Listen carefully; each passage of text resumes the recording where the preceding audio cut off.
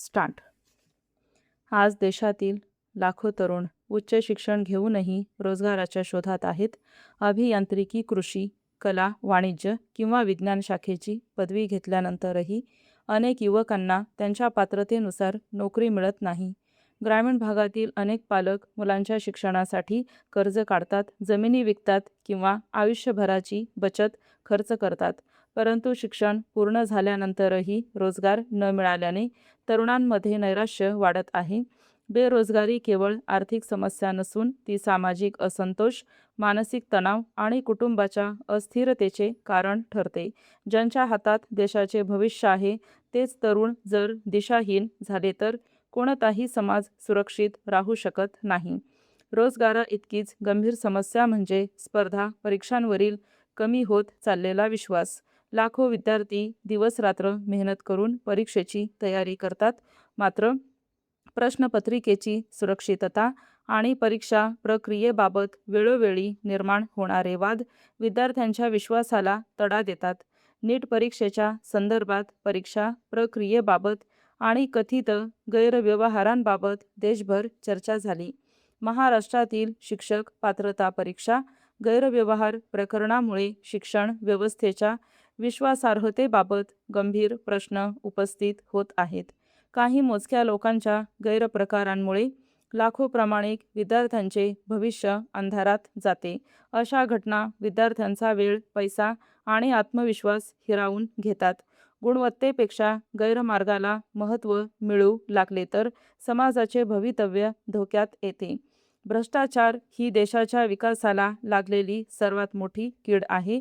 शासनाच्या विविध योजनांसाठी हजारो कोटी रुपयांचा निधी मंजूर होतो, परंतु त्यातील प्रत्येक रुपया गरजूंपर्यंत पोहोचतोच असे नाही.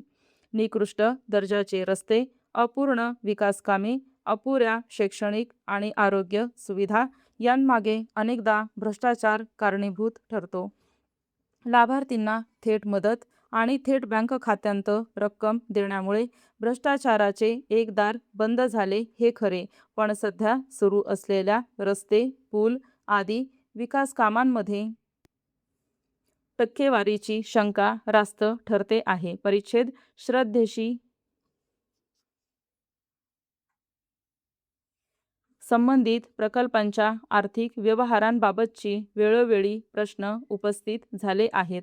अयोध्येतील राम मंदिरात देणगी घोटाळ्याचे आरोप झाले आणि त्यावर सार्वजनिक चर्चा झाली. अशा कोणत्याही प्रकरणात निष्पक्ष चौकशी होऊन सत्य समोर येणे आणि दोषी आढळल्यास कायद्यानुसार कारवाई होणे आवश्यक आहे. कारण श्रीराम हे कोट्यावधी हिंदूंच्या श्रद्धेचे केंद्र आहेत. श्रद्धेच्या नावावर उभारल्या जाणाऱ्या कोणत्याही प्रकल्पात पारदर्शकता आणि प्रामाणिकपणा असणे ही प्रत्येक नागरिकाची अपेक्षा आहे. कोणत्याही धार्मिक, सामाजिक आणि शासकीय प्रकल्पात आर्थिक अनियमिततेचे आरोप झाले तर त्यांची निष्पक्ष चौकशी होणे हीच लोकशाहीची खरी कसोटी आहे. परिच्छेद अन्नधान्य, डाळी, खाद्यतेल, गॅस, पेट्रोल, शिक्षण आणि आरोग्य सेवांचा खर्च सातत्याने वाढतो आहे. मध्यमवर्गीय आणि गरीब कुटुंबांना महिन्याचे आर्थिक गणित जुळवणे कठीण झाले आहे. अनेक कुटुंबांना मुलांच्या शिक्षणावर, पोषणावर किंवा आरोग्यावर तडजोड करावी लागत आहे. जेव्हा घरातील सर्व ऊर्जा केवळ उदरनिर्वाहासाठी खर्च होते, तेव्हा समाजाच्या बौद्धिक आणि सांस्कृतिक प्रगतीकडे लक्ष देणे अवघड बनते. स्टॉप.